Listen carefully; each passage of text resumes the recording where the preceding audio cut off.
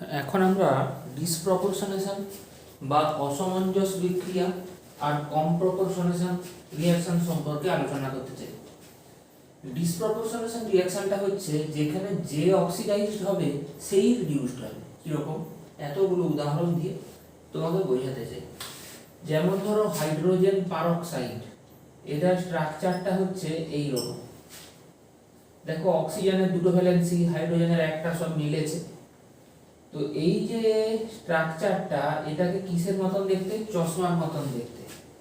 এই স্ট্রাকচারটা থাকলে বলতে হবে যে পারঅক্সাইড আছে। অক্সিজেন অক্সিজেনের মধ্যে যে বন্ডটা, তাকে বলা হয় পারঅক্সো বন্ড। হলো, এইখানে অক্সিজেনের অক্সিডেশন স্টেট -1 হয়। কেন? দুটো হাইড্রোজেন +2, তাহলে দুটো অক্সিজেন যদি -1 করে -2 না হয় তাহলে টোটালটা 0 হবে না। একটু আগে আমরা দেখেছি পারঅক্সাইডের আলোচনা। অক্সাইড জলের ক্ষেত্রে -2, এলিমেন্টাল স্টেট অক্সিজেন কত? 0। তাহলে এখানে -1 থেকে -2 হলো, অক্সিডেশন স্টেট কমেছে, মানে হলো রিডাকশন। আবার এইখানে বেড়েছে, মানে হলো অক্সিডেশন। তাহলে যে অক্সিডাইজড হলো সেই রিডিউসড হলো, এই ধরনের রিঅ্যাকশনকেই বলা হয় ডিসপ্রপোর্শনেশন রিঅ্যাকশন।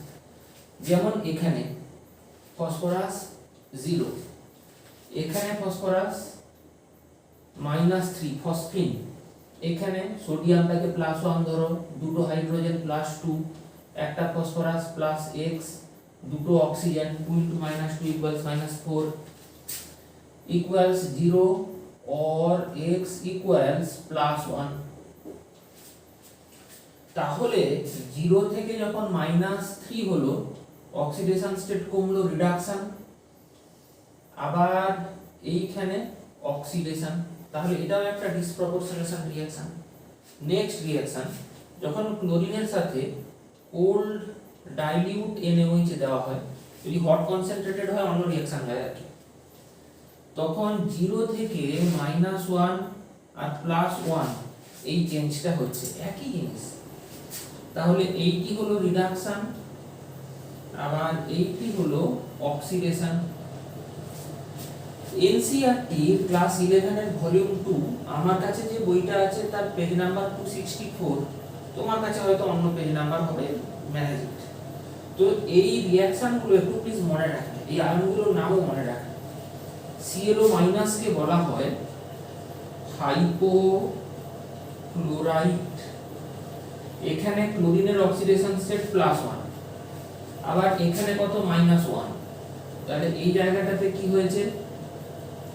রিডাকশন হয়েছে। আবার ClO3- যেটার নাম হচ্ছে ক্লোরেট, আর Cl- হচ্ছে ক্লোরাইড। এখানে ক্লোরিনের অক্সিডেশন স্টেট কত? ক্লোরিনকে X ধরো, তিনটে oxygen 3 * -2 equals total -1 or x equals +5। তাহলে +1 থেকে যদি +5 হয়, বেড়ে গেল অক্সিডেশন স্টেট, মানে কি হলো? অক্সিডেশন হলো। এটা একটা ডিসপ্রপোর্শনেশন রিঅ্যাকশন। ClO2-, একে বলা হয় ক্লোরাইড। এখানে ক্লোরিনকে X ধরে নাও, দুটো অক্সিজেন 2 * -2 equals -1, তাহলে ক্লোরিন কত? +3, সলভ করে পাওয়া যাচ্ছে।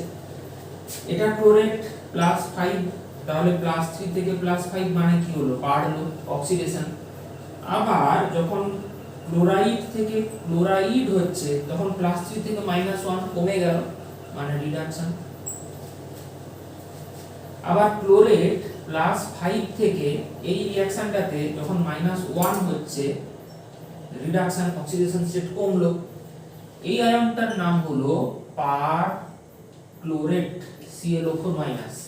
এখানে ক্লোরিন +7, কেন? ক্লোরিন X ধরে নাও, চারটা oxygen 4 * -2 equals -1 or x equals +7।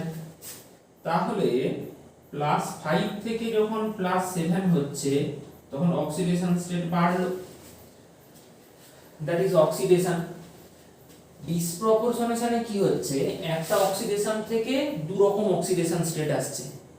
ঠিক উল্টোটা, দু রকম অক্সিডেশন স্টেট থেকে যদি একটা অক্সিডেশন স্টেট আসে, তাকে বলা হয় কম প্রপোর্শনেশন। অ্যাজ ফর এক্সাম্পল এখানে ব্রোমেট ClO3 যেমন ক্লোরেট হয় তেমনি BrO3 ব্রোমেট, এখানে